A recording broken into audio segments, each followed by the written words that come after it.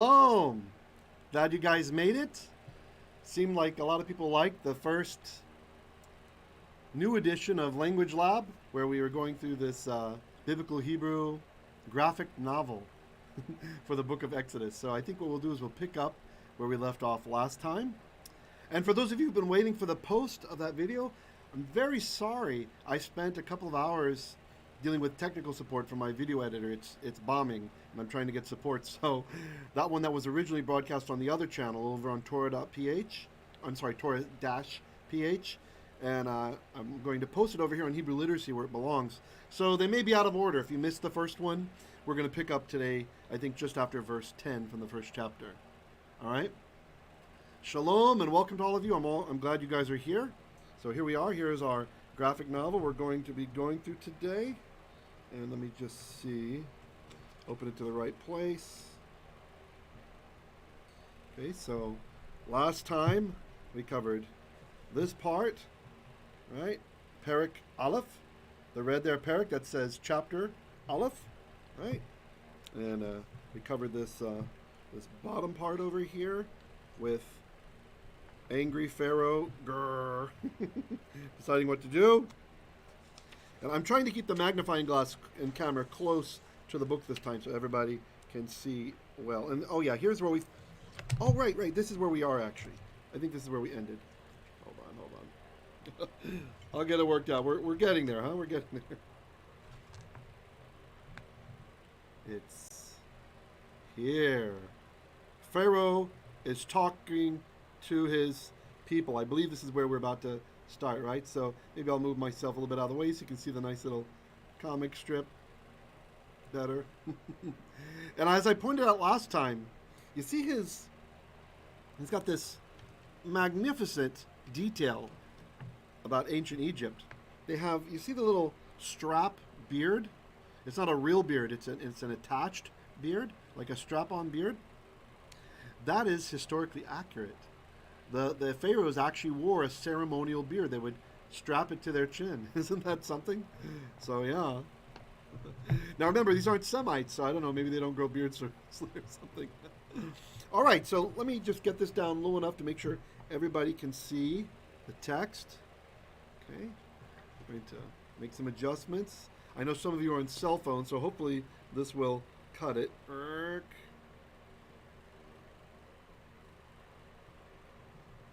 All right, can you all see that? Is it clear?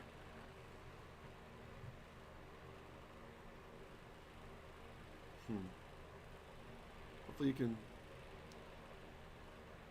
see that well. I'm not sure that it's clear. I think we have to come up a little bit for the focus to be right. And hopefully we'll be able to get one of these document readers sometime. It's like a built-in webcam for scanning documents and for showing documents live like this than our little ad hoc system that I've got going on. Okay, I hope you guys can see that. All right, so let's read. Vayomer el amo. And you'll notice the little yellow bubbles. These are the narrator. And he said, el, unto amo, his people. It's a bit blurry, Christopher says. Okay. Let's see, what about... I think we have to sacrifice closeness because it does seem to get a lot crisper with the magnifying when I raise it up just a little bit there. I think that does help quite a bit. Let's see. How about now? It's crisper, but maybe not quite as big, right? See if we can kind of find a happy medium. There. How about like that? All right. Now this is what Pharaoh's going to say. This is the second half of verse 9. Hine. Of course, you guys know hine. Behold, or look, or here, now. Not here like listen, but meaning here in the location, here and now. Okay, great. Christopher says great. What's people. Bene Yisrael. So this is a construct chain. The word for children is banim. But if you want to say children of, you drop the mem from the end. So instead of banim, it's bene. So when you see bene, that's children of Yisrael, Israel. And since it's a name as the last word, we say the children of Israel. So behold, and this is all a chain, the people of the children of Israel, Rav. They are Rav. They are numerous. Oh, maybe we did do this one last time. That's fine. We'll go ahead and double over a bit. Rav. This is like you say Todah Rabbah. It means many, right? Like many thanks. Todah Rabbah. Many thanks. Ve and Atzum. This is like has to do with like strong. Like it's related to the word etzim, which means bone or substance. Mimenu. From us. But this is how you express the comparative in Hebrew. We say something from something, right? So Rav ve'atzum, numerous and strong, mimenu, ger than us. So they are more numerous and stronger than us. Verse 10, Hava. And if you watched last time, you remember I said, Hava nagila ve'nismecha. Right? So Hava, in that song, it's like, let's do it. Let's nagila. Nagila means let's be happy. So Hava means like let's do it or come on. Come on. Nit chakema. I'm doing a bit faster because we did cover this one last time. Chacham is to be wise. Nit chakema means like let's do it ourselves. Let's deal wisely. Lo. Against it. And in this case the it is the the people. Or against him or against it. Pen, unless or so that doesn't happen, although usually translated lest, using a little older English word. Yirbe, so that it will not, yirbe, again related to this root here, rav, it will not grow numerous. The idea is more numerous. Vehaya, ve is and, haya, it will happen, ki, that, tikrena, will happen or occur, milchama. This is war. V'nosaf, and it will be yasaf. Again, I'm going a bit quicker because we did cover this verse last time. I'm just repeating it. This is the nifal, or also known as the passive form from yasaf, like Joseph. Yasaf is to add or to grow, to increase. So nosaf means to be added. So, and it will be added. Who's the it? Gam, also, who, it, and I imagine this is mimicking Egyptian speech. Al, so you probably learned al as like upon or over, and it can mean that, but it can also mean with, like with. So it'll be added, al, with, son enu. The new means our what? Sonim, our haters, our enemies, and last time I talked about different words for enemies and the different nuances. I won't repeat that now. Hopefully we can get the video exported and you can see that soon if you missed it. V'nilcham banu, and it will fight banu. Ba is against. Nu, there's us again. See, we have nu and nu. Sone'enu, our sone'im, our enemies, and then we have banu, against nu, against us. Ve and Allah, it will go up. Min from haaretz, the land. We'll go up from the land.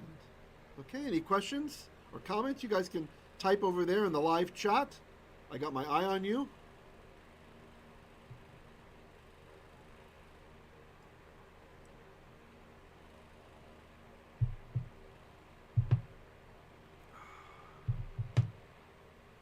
All right. If it's okay if you have a question, I'm going to move now to the next section of the comic, and maybe I'll elevate just a bit so you can see the full picture. All right. So now we have, look, the people, they're making all kinds. You can see there's bricks over here, and they're making the clay. Making the cement or whatever the equivalent was back then. Right. Everybody's working out in the sun, carrying stuff. This guy looks like he's carrying a water bag or something. Right. All right. Now let's zoom in down onto the text.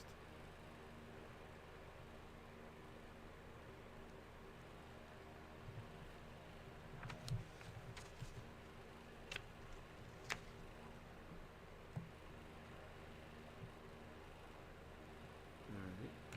Can you see the text all right? Okay, hold on. I need to put something here to stop the pages from flipping. There, that should do it. All right. Is that big enough for everyone to see? Hope you can see it. Do we need it bigger? Let's see if we can go down a little bit more.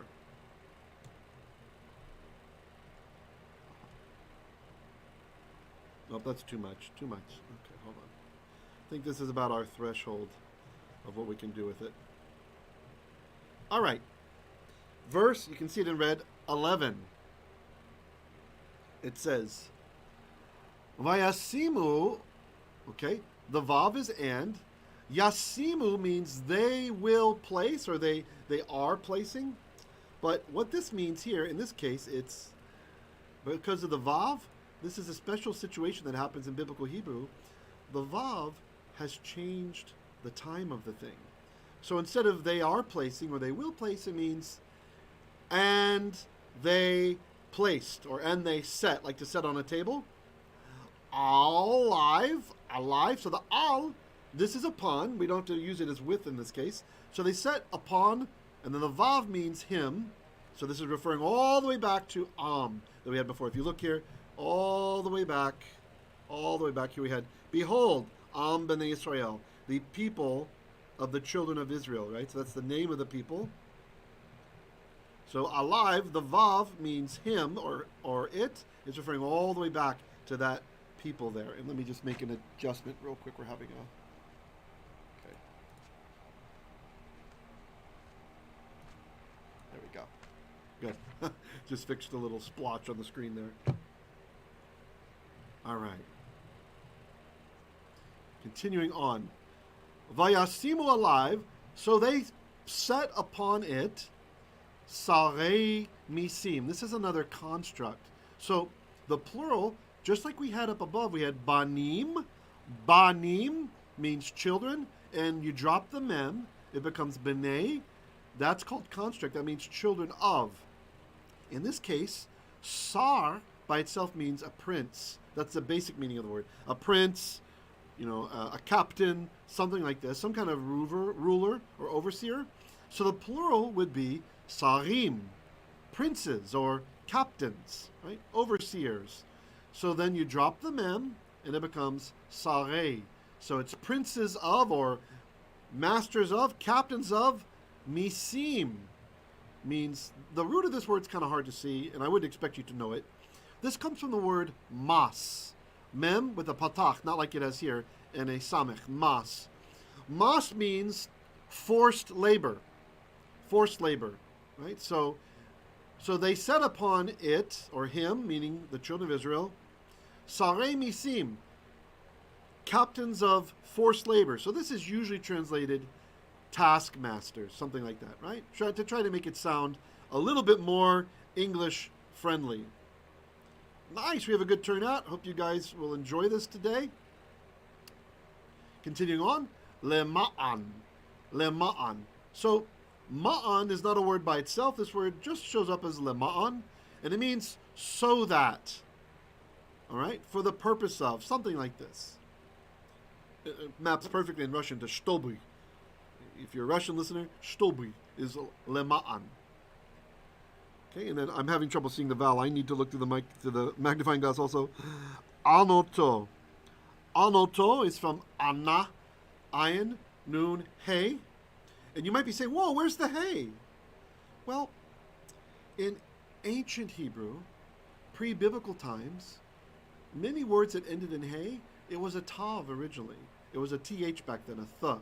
And so when words go through changes and they get another ending on them, that hey reverts back to its ancient form as a tav. So that's what's happening. So this is ana. It's not the verb anat. It's ana. Ana, or ine. Ine, probably, PL. Yep, see the dot in the noon? That's a PL. This means to oppress. It actually has, like I've been sharing with you, many words, depending on how they're used in context, they take on different meanings. So, ine, or ana, to oppress, this word can even mean to rape, right? It can mean to rape, or the Bible oftentimes puts it euphemistically, he humbled her, right? So it might not necessarily be rape, but it can be rape. on context. It could also be a bride on her first night, right, with the husband. It's same verb, right? So, but of course, in this case, we're not talking about any sexual activity. The purpose for the task, for putting the taskmasters over us, the purpose for the labor is so that anato, so that he might humble or oppress O. And again, the O at the end of the word, oftentimes this means him or it. So we're going all the way back again to that previous block we had up above in verse 9 and 10 where it said, bene Yisrael, the people of the children of Israel. That's who the him is. And you're going to see this verse after verse for a little bit. Okay. How will they be oppressed? Be.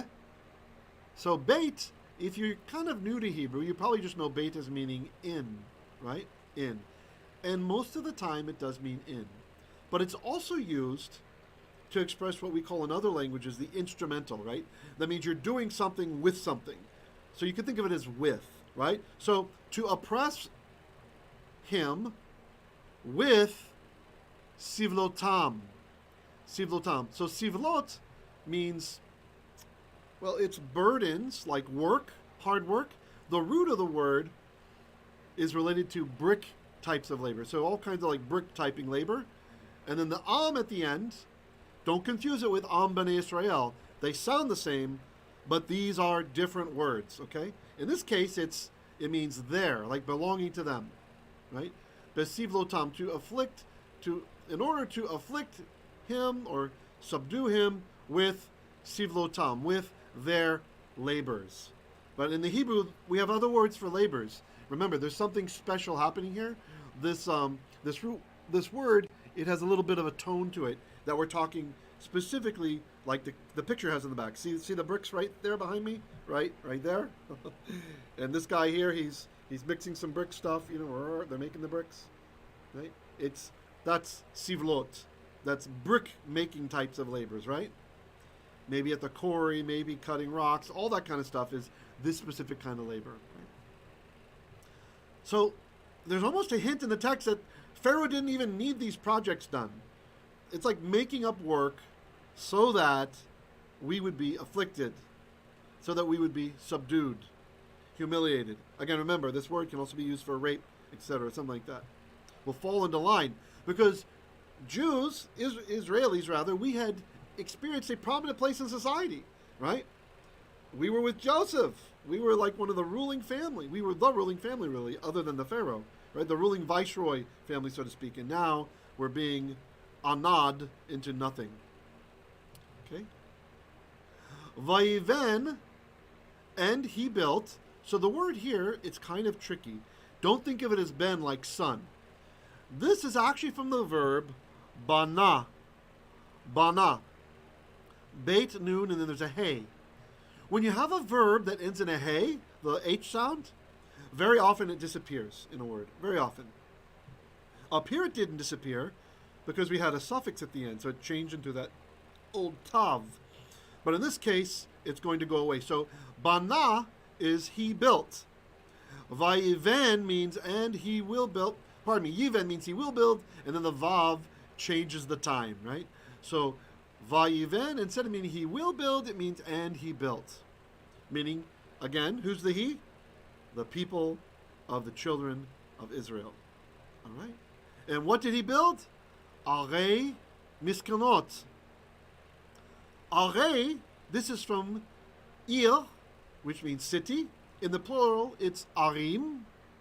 So that's cities. And then what happened? Once again, just like bene Yisrael, banim, children becomes bene, children of. We see the same pattern here again. Arim, the mem goes away, and now it means cities of. Cities of miskanot. So this has to do with like stacking up or storing, like storing supplies. So this is usually translated storage cities, cities of storage. Miskanot. This is what we built. We did not build the pyramids. This is a common misunderstanding. Other people built the pyramids, not the Hebrews. Le means two or four. Pharaoh. And this, of course, is an Egyptian word from per, the Egyptian word for house. And even though we don't pronounce the ayin in Hebrew, it would have originally been like al, something like this. In ancient Egyptian, we had which means great. So per aleph ayin meant the great house, the big house.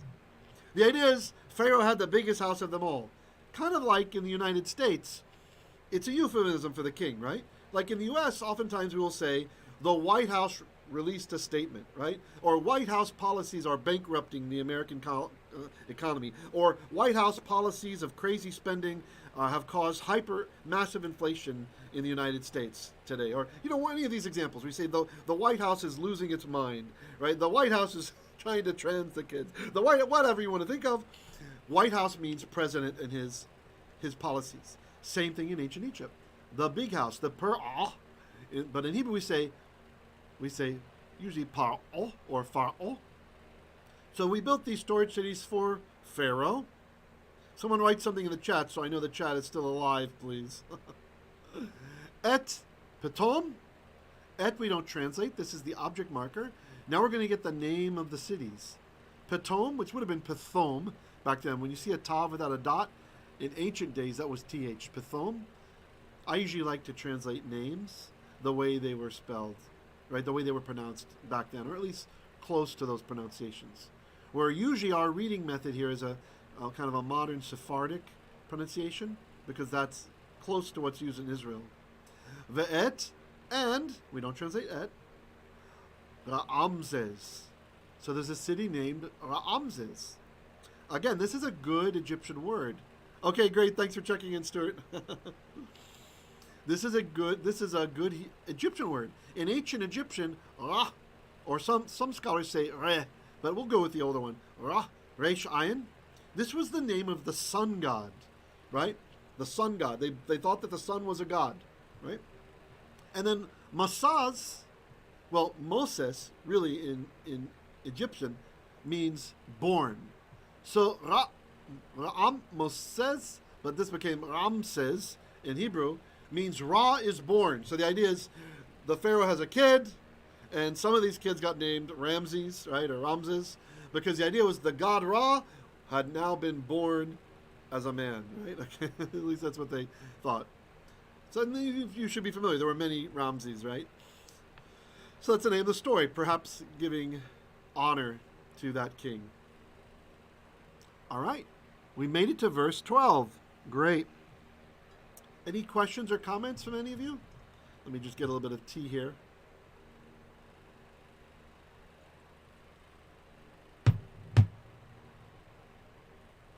All right, great. Continuing on, verse 12. V'cha asher. So the vav means and. Actually, Hebrew vav, it can mean a lot of things. You have to be flexible with this one.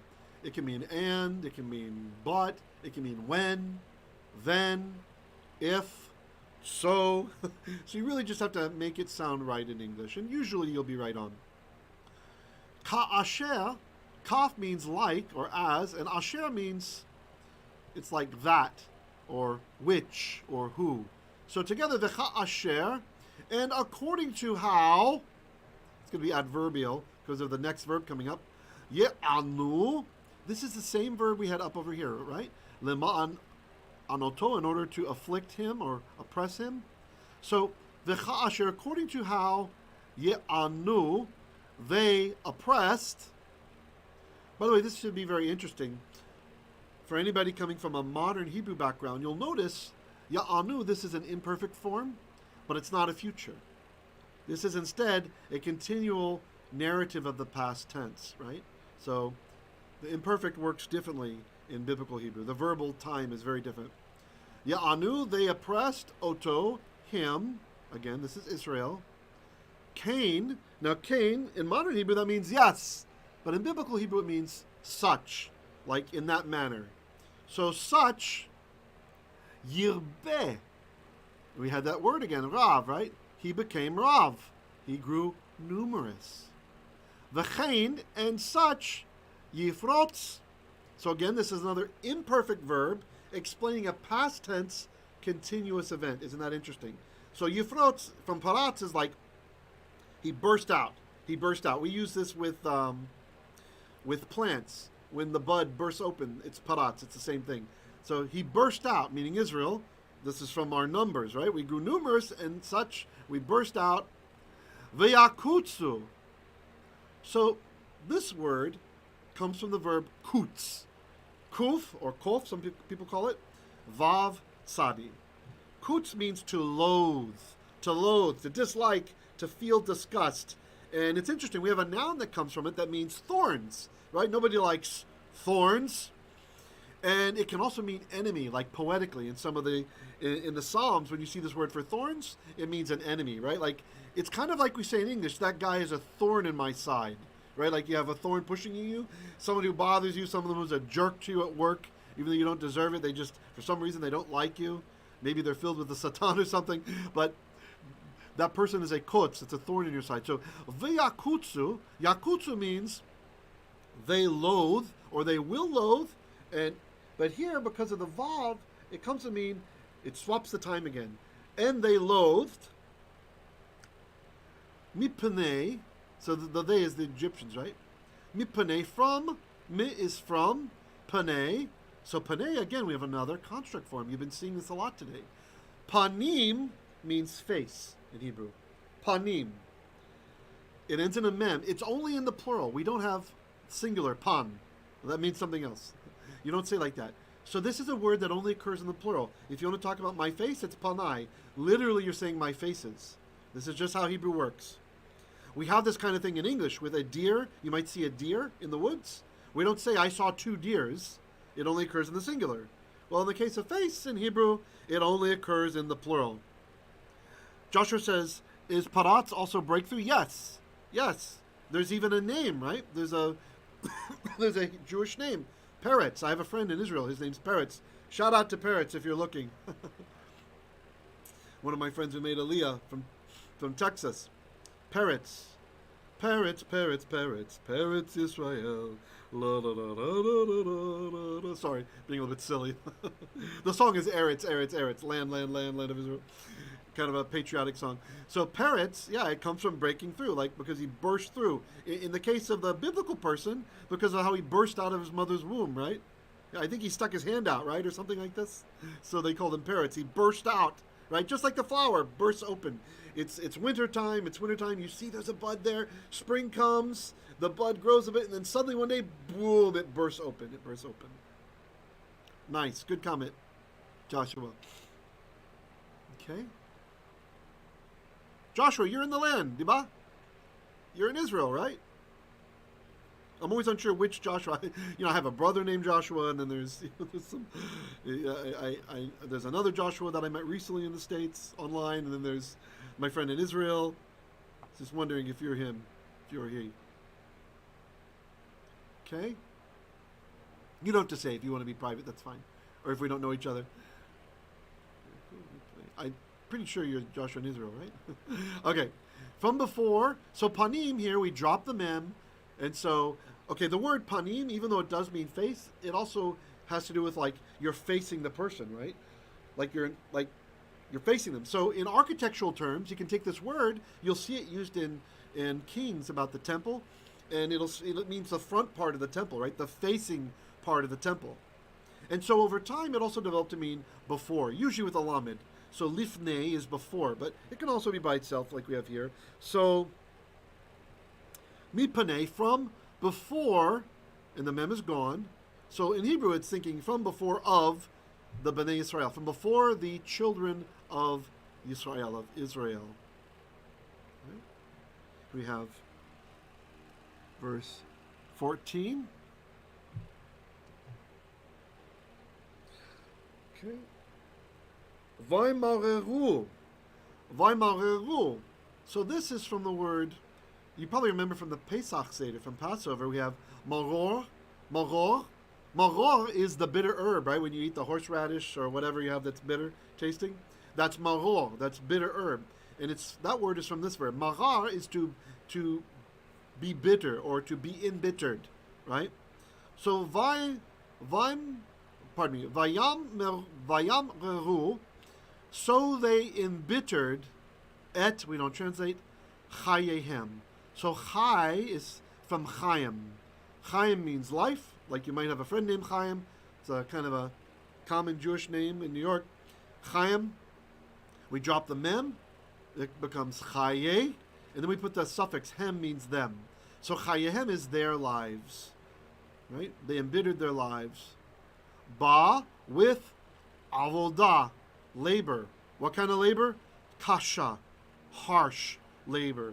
Some translate avodah kasha as back-breaking labor. Bechomer. So be, again, with. Chomer is bituman. It's similar to asphalt. Some would translate asphalt. It's because the way that it bubbles up kind of in nature. In fact, we have a very similar word from the same root, means vinegar, right? The idea that the way that vinegar bubbles up.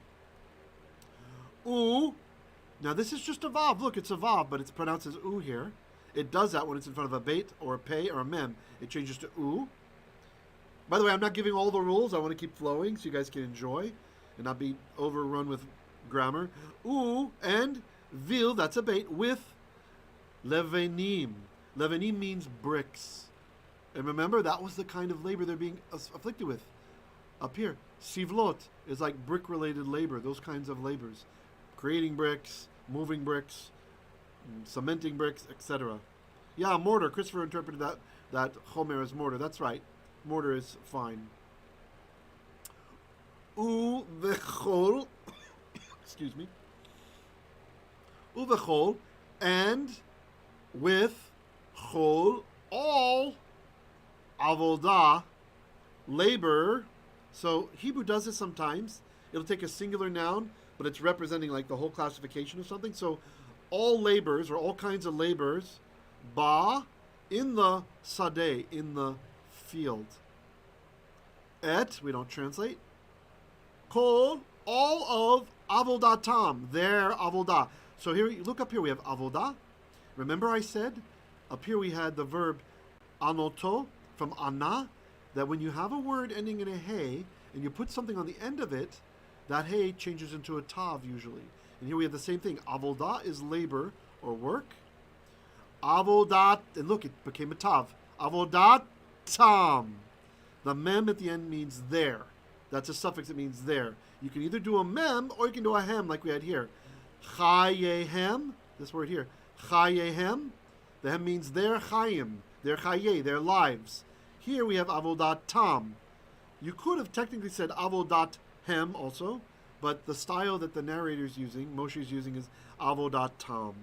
Hem and mem at the end mean the same thing. They both just mean there. Their avodah is what it is. It's their avodah. Everybody with me? Oh, someone's telling me I missed verse 13. Did I really? Oh, I sure did. How did that happen? Thank you.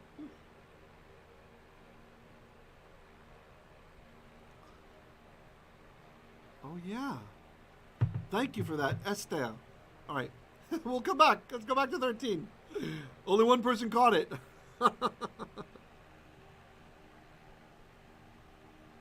All right. Waya'avidu. Waya'avidu means and they served, right? This is where we get the word evid, which means slave, by the way. Who do they serve? Mitzrayim, Egypt. Oh, I'm sorry. It's not. I mistook it. I apologize. It's actually the form tricked me. It's actually. This is actually the. It's actually a Hiphil form. I didn't recognize for a second. So Hiphil is a causative verbal form. So it means they caused to serve. So. And they caused to serve. So they were caused to serve. In other words, they were enslaved. So who's doing the enslaving? Mitzrayim. So, and Egypt, or the Egyptians, enslaved. Who did they enslave? Et bene Yisrael, the children of Israel, with Pharaoh. This is from the word Pharaoh, which is harshness, tough things. It just becomes Pharaoh because where it is in the sentence. It was easier for people to memorize. Thank you for catching that, Esther. All right, then back to 14. and they embittered et chayechem, their lives, be'avodah kasha, with backbreaking labor, bechomer, with bitumen or asphalt or mortar, uvilvanim, and with bricks, uvechol avodah basadeh, and with all kinds of labor in the field, et kol avodatam, all of their labor, asher, with which, so this is going to be instrumental. Usually when you have this in front of the verb, it's going to imply an instrumental case. So for those students who are in my intermediate 3, who are coming out of intermediate 3, more advanced, if it just said ivdu asher, that might be different. But because asher came before the verb, this is giving us by means of something. It's called an accusative of means, or it's instrumental. So kol avodatam, all of their labor, asher, with which avidu, they served, vahem, with them. See, there's the hem meaning them, and the beit is with. And now we have to insert English. Was befarech, with harshness. You could maybe even say with cruelty. Achzu. Dr. De Vera says, it might be better to take the picture of the comics and present as PowerPoint so the text will be larger. Thanks, teacher. Maybe we could consider doing that. Yeah, I tried taking photos of these. I mentioned last 2 Shabbats ago, or it was last Shabbat. I showed one comic at the beginning. I think you had a birthday party that day, right? I'm not saying that to embarrass you. I'm just remembering maybe why you didn't see it yet. And I had the first picture from this up there, or the picture from Exodus 10. And I was showing it's very hard for me to get a photograph. It's like at an angle. I don't know why. I can't really get it flat, and the text is angled, and I just don't think it looks great. But maybe I'll consider reapproaching that. Maybe if I can get my hands on a scanner, that would make it work well, yeah? Okay. Is it hard for you guys to see? Christopher, ruthlessness, sure. Befarech, or we would maybe say, yeah, with ruthlessness. Why not? Or make it an adverb, because how did Eve do vahem? How did they serve them? Ruthlessly. They were caused to serve ruthlessly.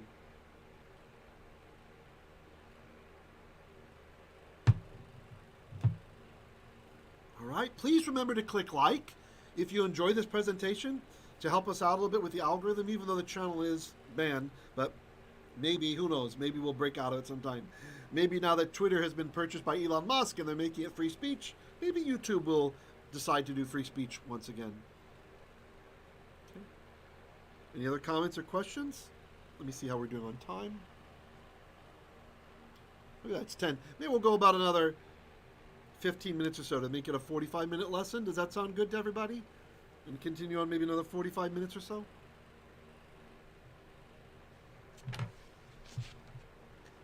All right. So we move to the next page of the comic, of the graphic novel. I think I'll fold it. Might make it a bit better here.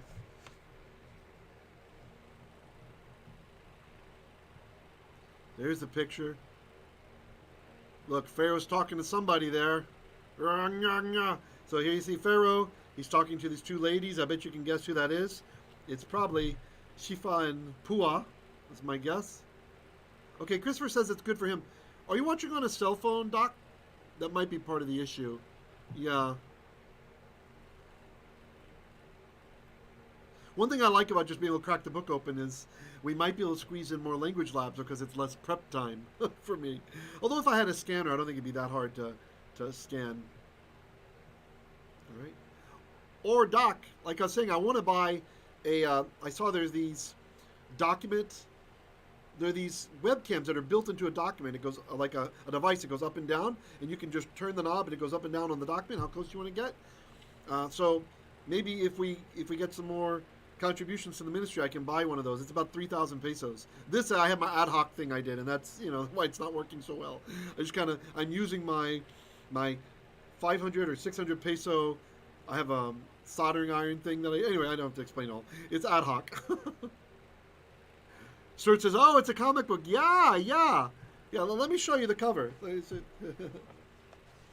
This is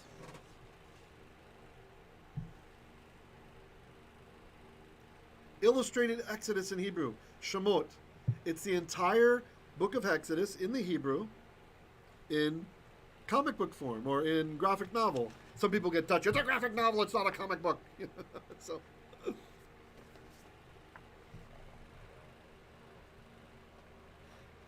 Ted says on iPad the letters are clear enough. Doc, can you maybe cast your phone to your TV? I think that's what Christopher over in Malaysia is doing. I think he's casting to your TV, right? You're watching on the TV, so it's bigger. If you have a smart TV, or you might be able to cast it over there, or cast it to a bigger screen.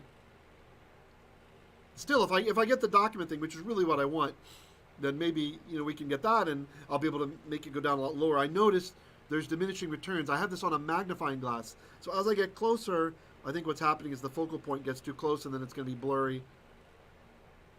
Great! Stuart Yang says, nice!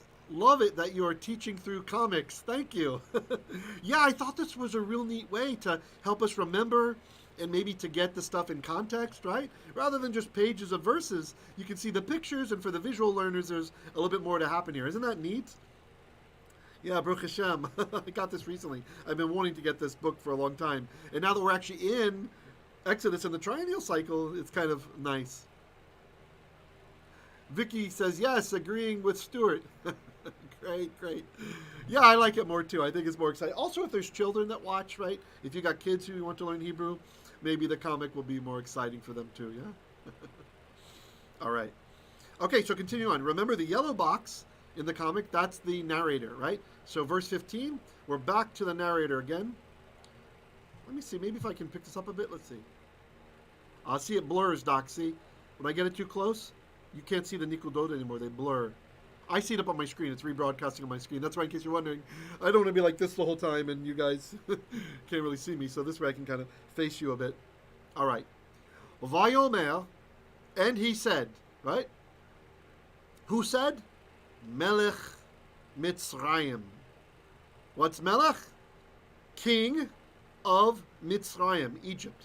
And whenever you have a name, something of a name, it makes the whole phrase become the.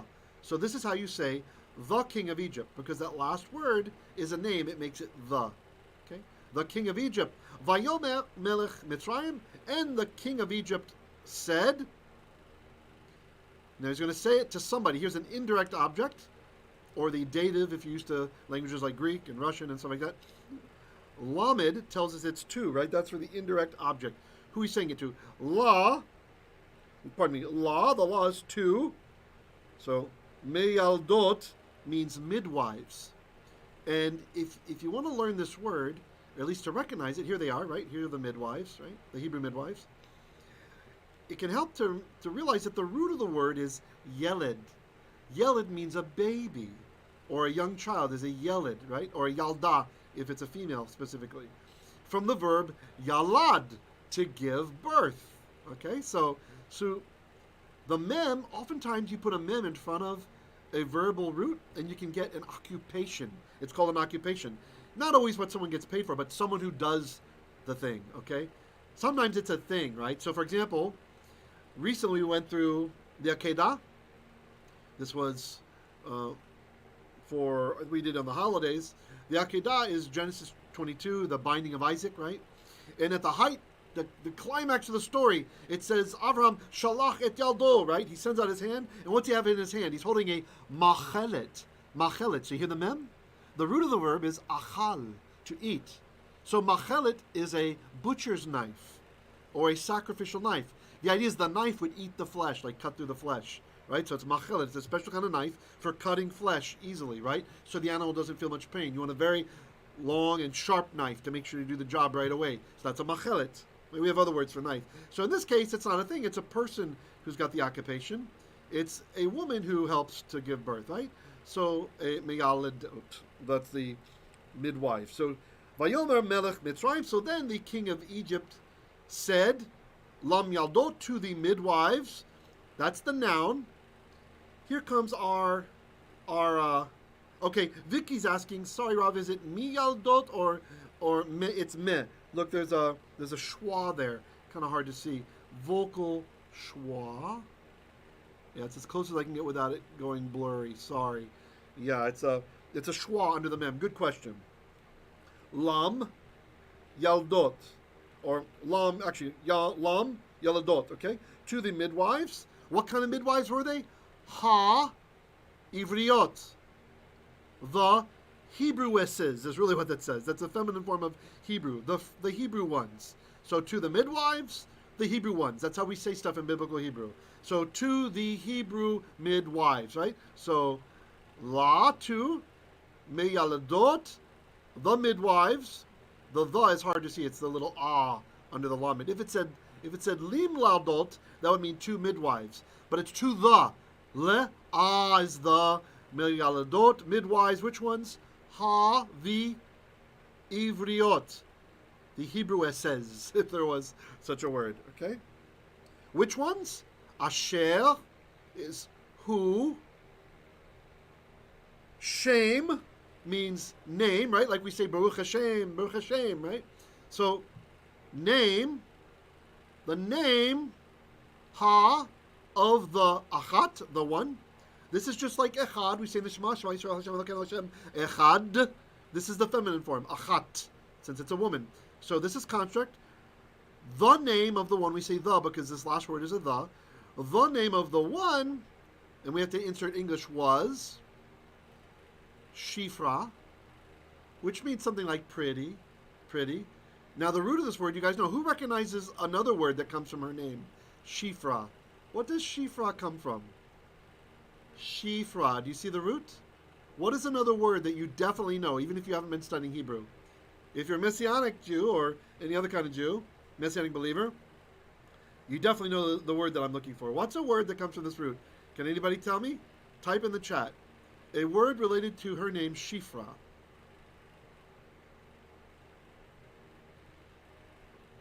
Now, there's a bit of a delay, so I'm having to wait longer. It's not like everybody can think of it. I think it's a 10-second delay. So let the intensity grow. What could it be? And we'll show the pictures over here. He's bossing around. You do it. Shofar. Very good, Vicky. So good. Great. Very nice. That's right. Shofar. The verb shafar actually means to be bright. To be bright. But it's just like in English. You might hear a trumpet play. You might say, oh, that's very bright sounding, right? We describe the musical sound as bright. Same thing in Hebrew. The trumpet is bright. Now, who can think of a great Orthodox Jew in America who is a friend of Orthodox Jews and also with Christians, right? So our Goyish friends, he values even the teachings of Yeshua, though he doesn't believe in him. Very popular. He's got his own radio show. What's his name? He wears a black yarmulke, usually not a white one like mine. He wins debates constantly. He's a very powerful Republican. Who's this guy? Oh, great. Joshua got shofar also. I think you guys wrote at the same time. Good, Josh. Okay, so who's the guy with the name from this root? What's his name? Ben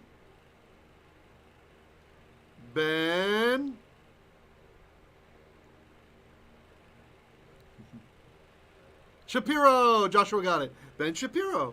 Yeah, it's from the same root. See, so hopefully you can maybe think of, there's a midwife here, and it's Ben's wife. Her name's Shifra. She's Miss Shapiro. Good. Yeah, that's right. Ben Shapiro. Very good. Yeah, like Saphiro. Right. So she's Miss Beautiful, Miss Bright. Okay? So now you can remember that. We also have, oh no, I'm sorry. That's spelled with a samech. Sapir. We have another word in Hebrew, but it might be related.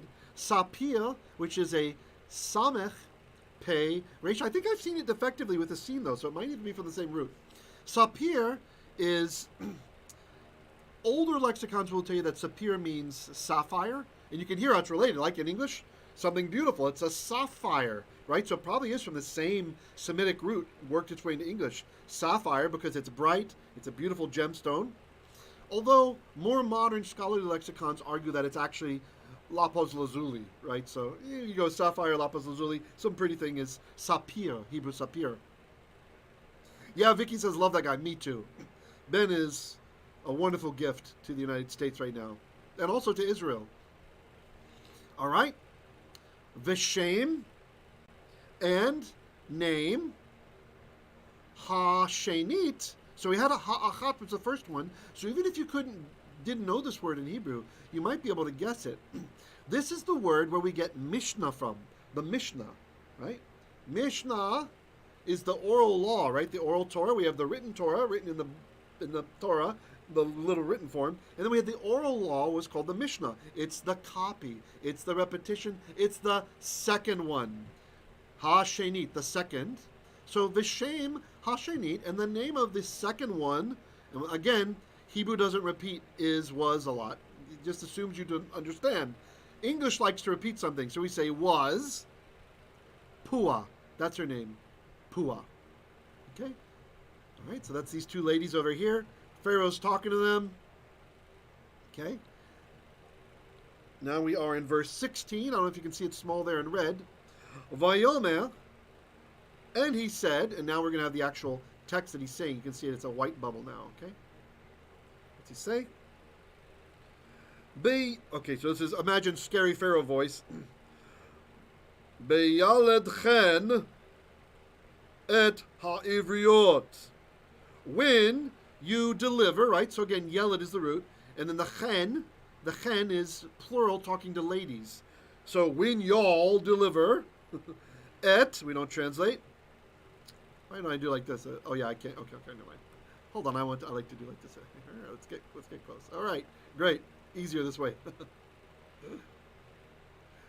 When you deliver, haivriyot, the Jewesses, right, female of Jews, or Hebrews, the Hebrewisses is more accurate. Yehudit, this would be like Judeans, female Judeans, right? Which is why we call Jews today Jews, because we're mostly from Judea, right? Okay, so haivriyot, the Hebrewisses, and ten is the feminine plural form. You all, ra'ah, resh, aleph, hey, the hey has gone away, like I said, that disappears a lot of times. You see, and you will see, or you will look, al, over, like on top of, and here we get a neat Egyptian detail. It says, ha'ovnaim, the ovnaim. So, ovnaim, this is very interesting. The word even, just the aleph, beit, nun, even means stone in Hebrew, right? Stone. Specifically, a big stone.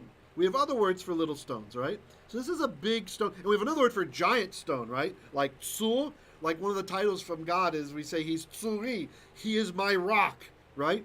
But it doesn't just mean like a rock you pick off the ground. Hebrew likes to be specific sometimes. It means like, it's like a big piece of granite. When I was a kid, I used to go up in the woods. We lived in a very rural area. First we lived in the projects, and then later we lived in a rural area. And I used to climb up this giant rock. I called it square rock. You know, it's like the size of a little house. So that's a tsur.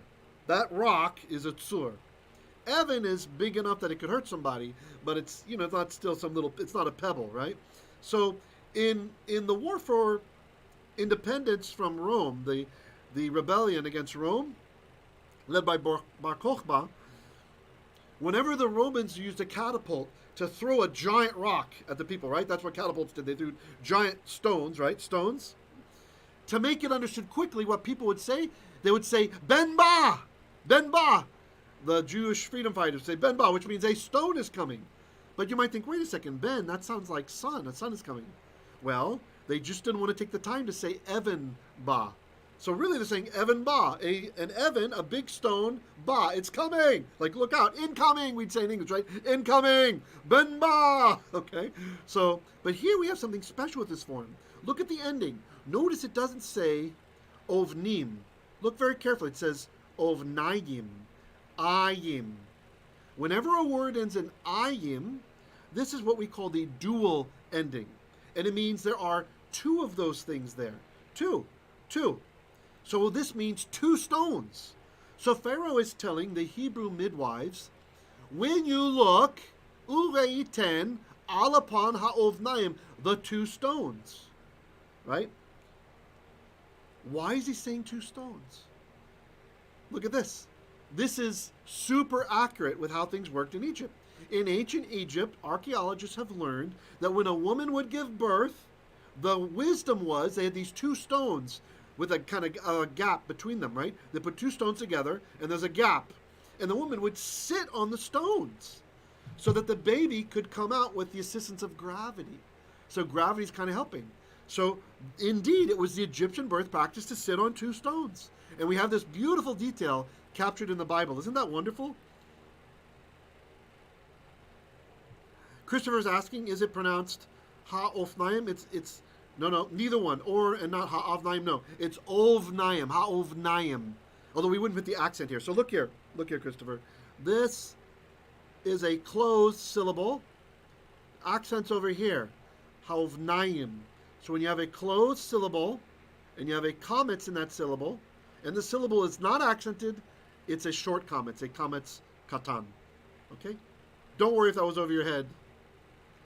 Shalom, Brenda Jones. Welcome. Nice turnout. Baruch Hashem. Yes, a comet's katan, Vicky. Exactly. That's why it's O. O. Now, if you're reading Ashkenazi pronunciation, it's always O. A lot easier. So.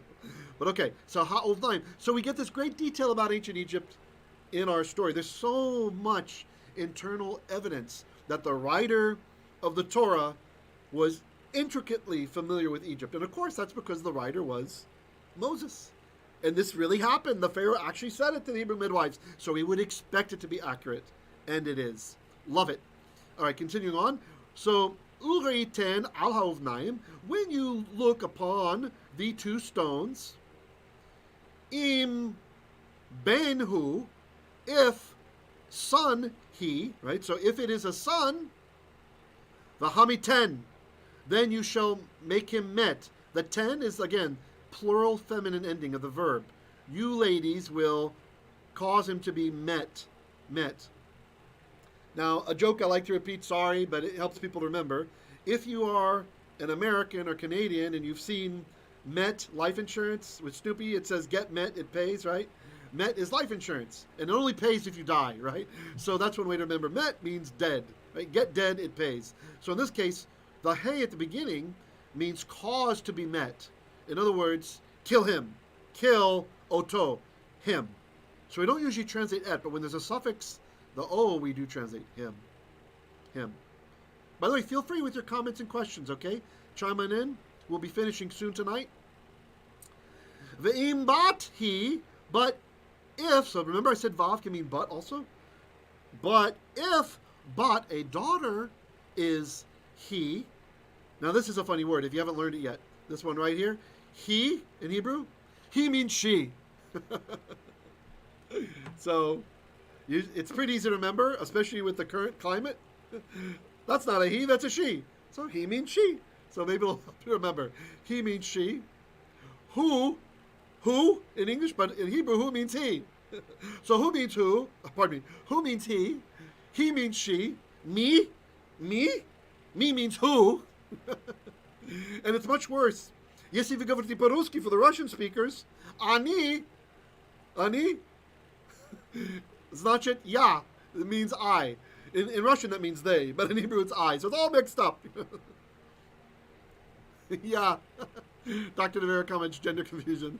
And I can say that because this channel's already banned, so, I can make a comment like that, or a little joke like that. Or they're going to ban me again. So, all right. By the way, if you're liking this, please click like, even though we are banned. You never know.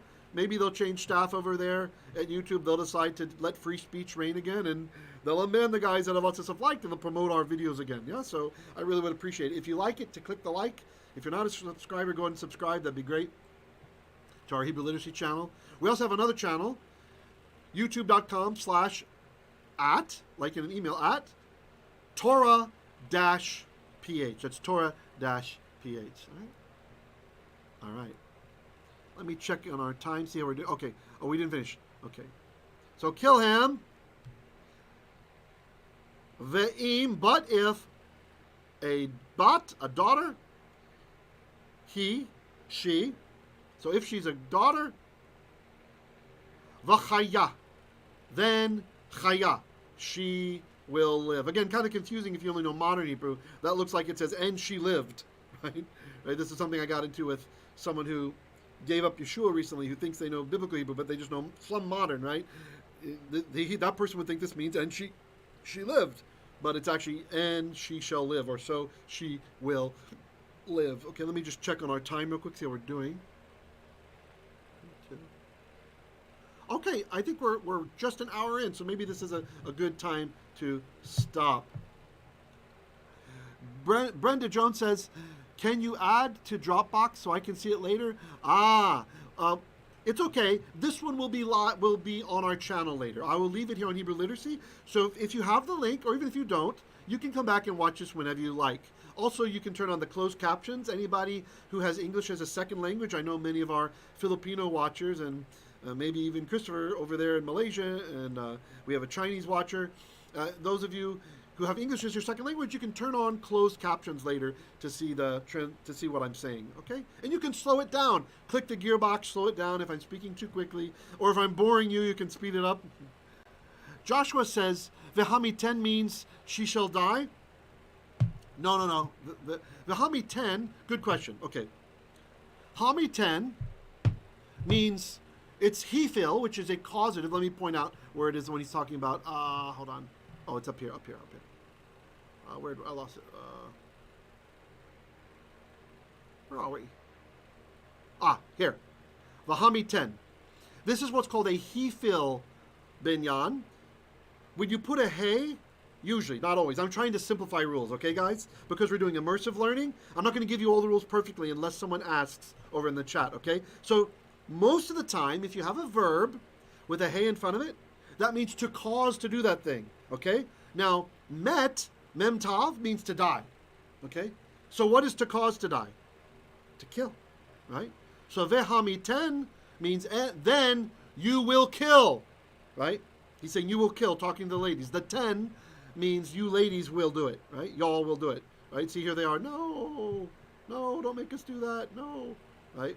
So he's saying you, over here, v'hamiten, oto ve'im bati v'chaya.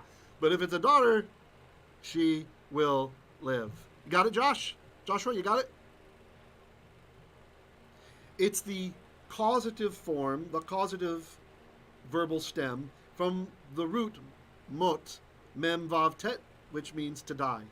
So cause to die. Nope, that's not a paragogic noon, Vicky. Good guess, though. The 10 right here, this is just the feminine plural form, second person of the verb when you're talking to somebody. I know what you were thinking. That's still very clever. You're thinking about it. You're thinking v'chamita, talking to a man, you will cause to die, and then just the noon being paragogic, like exclamation point. In this case, it's actually just part of the verbal form. No paragogic noon there. Still, I love that you recognize it. Brenda said, love the y'all. Yeah, well, that's what works in English, right? It's y'all. We don't, in Victorian English, like if you're a King James person, Y-O-U, you meant you plural, right? And ye meant just talking to one person, right? But over time, English has lost the plural form, right? We just say you for singular and you for plural. So we got to go with the Southern dialects, y'all. Southern actually adds something to the conversation here. Vicky says, okay, I see. Thanks, John. You're welcome. Any other comments or questions before we finish for tonight? I think we'll leave it here at this place. We're a good hour in. I think that's enough. I don't want to make anybody too exhausted. And if you guys like this, we can start doing this more, the language lab. So don't feel bad if some of it felt like it was over your head. The purpose of these language labs is it's for all levels of learners. There should be stuff in here for you if you're higher intermediate or early advanced, because we also deviate and talk about other things. There should be stuff. You can bring up any grammar point, any question you have, no problem about the text. Bring it up, or if you even want to share a midrash, that's fine. We'll discuss it.